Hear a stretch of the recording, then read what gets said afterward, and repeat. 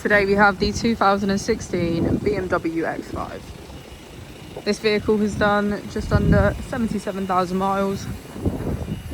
It has an automatic transmission and a diesel fuel type.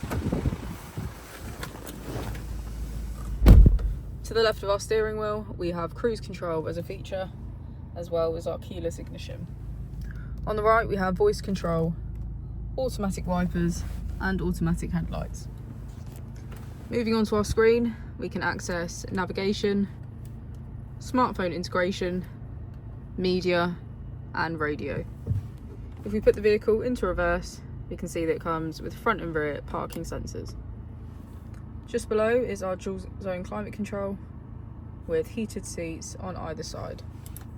If we press our mode button, we can switch between Sport Plus, Sport, Comfort, and Eco Pro. As we go into the back of the vehicle, we can see that it has a full leather black interior.